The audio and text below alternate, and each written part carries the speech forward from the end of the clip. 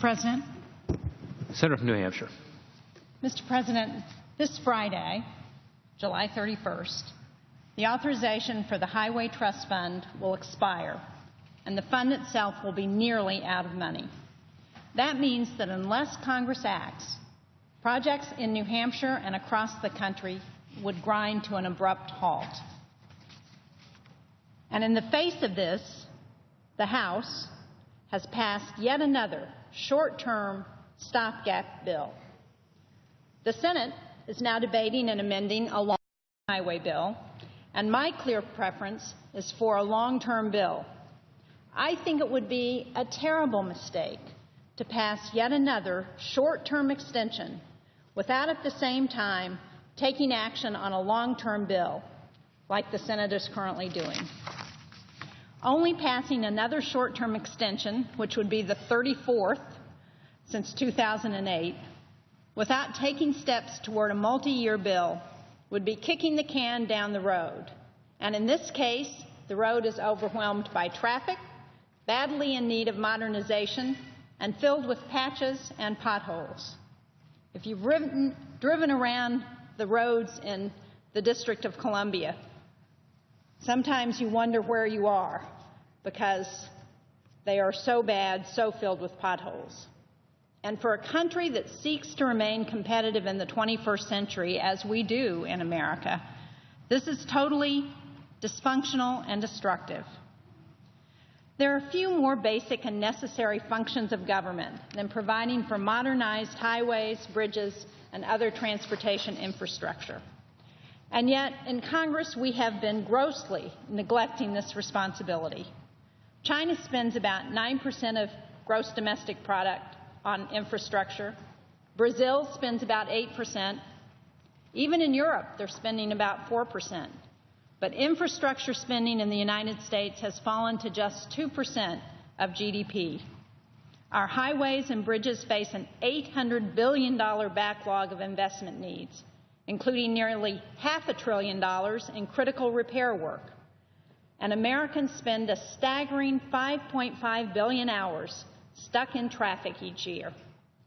And yet in early May, we saw a budget pass out of this Congress, supported by the majority party, that slashed federal funding for transportation by 40% over the next decade. I am especially concerned about disrepair and decay among our nation's bridges. That's why I filed an amendment, which is a bill that I've introduced in previous Congresses called the Safe Bridges Act. The Federal Highway Administration has identified more than 145,000 structurally deficient or functionally obsolete bridges. That's more than 20% of all the bridges in the United States.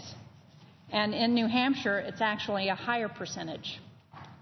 In May, I went with the mayor and city manager of Concord, New Hampshire's state capital, to inspect the rusted out and now closed Sewell's Falls Bridge, which is one of the 3 critical bridges in Concord across the Merrimack River. I worked very hard with the city, our office did, to get necessary approvals from the U.S. Department of Transportation to replace this bridge. In fact, it's a replacement project that started back in 1994. The City of Concord lined up all the permits and approvals, and then nothing. Because of uncertainty about federal funding for the project, it was stopped dead in its tracks. My amendment, the Safe Bridges Act, would authorize an additional $2 billion annually for the next 3 years to enable states to repair and replace their structurally deficient or functionally obsolete bridges. States would get funding based on their share of deficient bridges nationwide, and the additional funding is fully paid by closing a corporate tax loophole. Now, as the Senate continues to debate the transportation bill, I hope we do get an opportunity to vote on relevant amendments like my Safe Bridges Act. The neglect of our transportation infrastructure is creating congestion and gridlock on our roads. It's hurting our economy and our global competitiveness.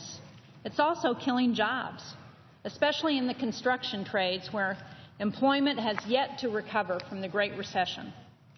According to a Duke University study, providing federal funding to meet the U.S. Department of Transportation's infrastructure requests would create nearly 2.5 million new jobs. So our investment in this industry, which is one of the slowest recovering from the recession, would create millions of new jobs. Several months ago, I joined with a bipartisan group of 8 senators who had previously served as governors. Senators King, Rounds, Kane, Hoeven, Warner, Carper, Manchin, and myself. We sent a letter to our Senate colleagues urging that we commit to fully funding national infrastructure priorities and that we put a stop to the dysfunctional short-term fixes that have become routine in recent years. Mr. President, I know you appreciate that it was a visionary Republican president, Dwight Eisenhower, who championed the interstate highway system in this country.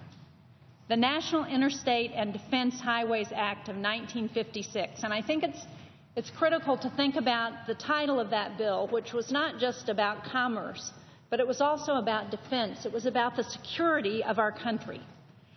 It ensured dedicated federal funding to build a network that today encompasses more than 46,000 miles of roadways. That system has transformed our economy, countless millions of jobs, but it's now 6 decades old. Its dedicated funding mechanism, the Highway Trust Fund, is chronically underfunded and just days from becoming insolvent. It is time for Congress to come together on a bipartisan basis to break the cycle of patchwork fixes. The bill before us is not perfect. There are a number of provisions included that I don't agree with if I had been writing the bill, but it's a compromise measure, and it was ably negotiated by the leadership of the Environment and Public Works Committee, Senators Inhofe and Boxer, along with numerous others in this body. So we have the opportunity to pass a 6-year authorization bill with 3 years of funding. And yet, what's happening in the House today? The House is passing another short-term extension, and they're getting ready to leave town. They're not even going to stay and take up the bill that's going to come out of the Senate that's a long-term bill. They're going to give us another short-term bill that is going to leave states like New Hampshire up in the air with thousands of people who are not sure if they're going to have a job next week when the money runs out, who aren't sure what the future is going to hold, companies who can't plan because they don't know if we've got a long-term highway funding bill. It is time for Congress now to pass a fully funded multi-year highway bill that will allow governments at all levels to plan long-term capital investment projects, to build a 21st century transportation system that meets the needs of our 21st century economy. Mr. President, I hope that we in the Senate will be able to pass this bill and that our House colleagues will recognize that they need to stay here and get this work. Thank you very much, and I yield the floor.